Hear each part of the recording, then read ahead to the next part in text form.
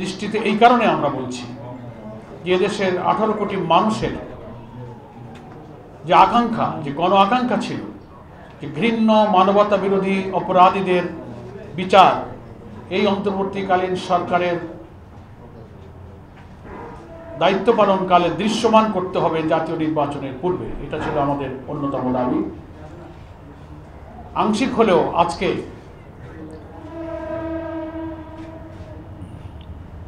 ট্রাইব্যুনালের রায়ের মধ্য দিয়ে সেই জাতির আশাটা কিছুটা পূর্ণ হয়েছে।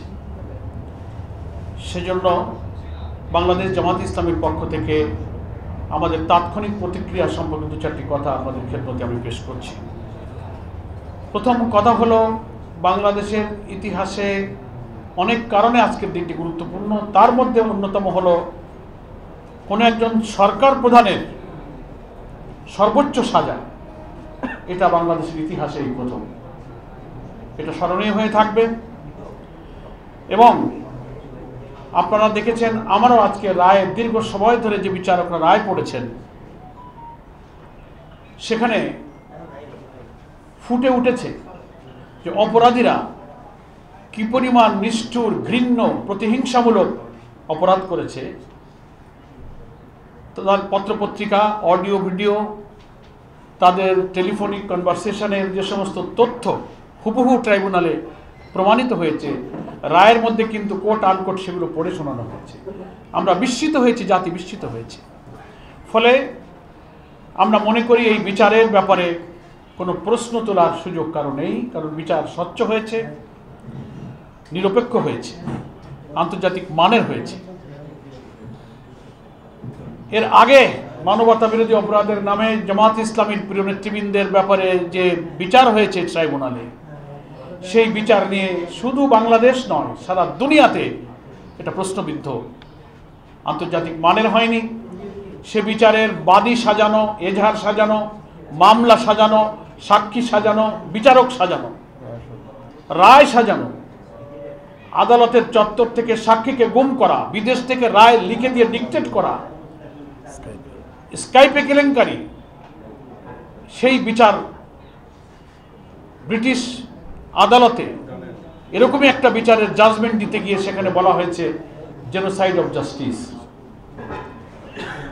আর এই সব মিথ্যা অভিযোগে আমাদের আরেক প্রিয় ভাই, যিনি ইতিহাসের সাক্ষী হয়ে বেঁচে আছেন, আমাদের জননেতা এটিএম আজহারুল ইসলামকে অন্তর্বর্তীকালীন সরকারের এই সময়ে যে সরকার কোনো রাজনৈতিক পক্ষপাতিত্ব না করে অন্তত আইনের শাসন এবং নিরপেক্ষ বিচারের জন্য চেষ্টা করছে, সেখানে সর্বোচ্চ আদালতে আপিলের রিভিউতে তিনি যে রায়ের মধ্য দিয়ে বেকসুর খালাস পেয়েছেন, সেই রায়েও বলা হয়েছে যে এই সব মামলার অভিযোগের সব ভিত্তিগুলো ছিল রাজনৈতিক উদ্দেশ্য প্রণোদিত।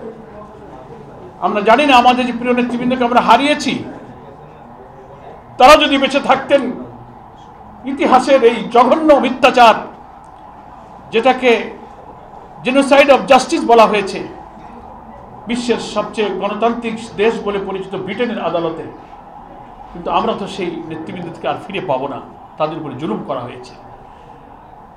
সেই বিচার ছিল ইতিহাসের শ্রেষ্ঠ মিথ্যাচার। কিন্তু আজকে যে রায় পাওয়া গেল, এই বিচার হচ্ছে যথার্থ, নিরপেক্ষ, স্বচ্ছ এবং প্রশ্নাতীত একটা বিচার এই জাতি পেয়েছে। এবং এই বিচারের মধ্য দিয়ে